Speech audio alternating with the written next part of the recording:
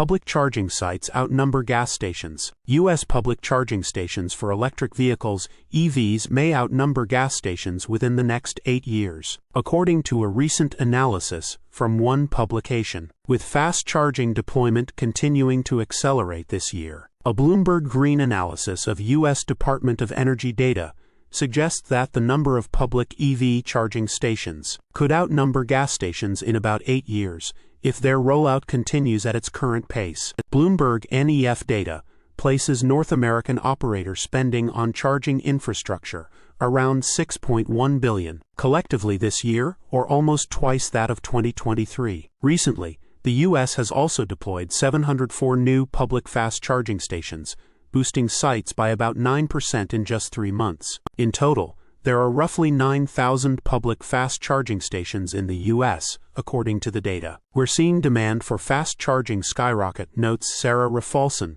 EVGO Executive VP. We're continuing to build bigger and bigger stations because we need to keep up with that demand. Gas station operators are some of the many businesses actually seeking to install public EV charging, with Shell launching 30 new charging stations in Q2, along with Enel, Pilot, and Flying J, which debuted 11, 8, and 7 new charging sites respectively. We're getting past a turning point where fueling stations and convenience stores are really seeing the value proposition, said Sam Houston, the Union of Concerned Scientists senior vehicles analyst. It's a very welcome turn from how they were behaving in the regulatory space, even as recently as a couple years ago. EV charging infrastructure strength in each U.S. state analyzed in new study. At the time of writing, Tesla alone has around 2,319 individual supercharger stalls in the U.S., according to the tracker Supercharge. The Supercharger network